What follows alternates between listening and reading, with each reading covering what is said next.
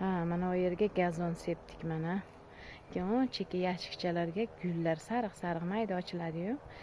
Aranjirovka ochiladigan gul ekkanmiz ana.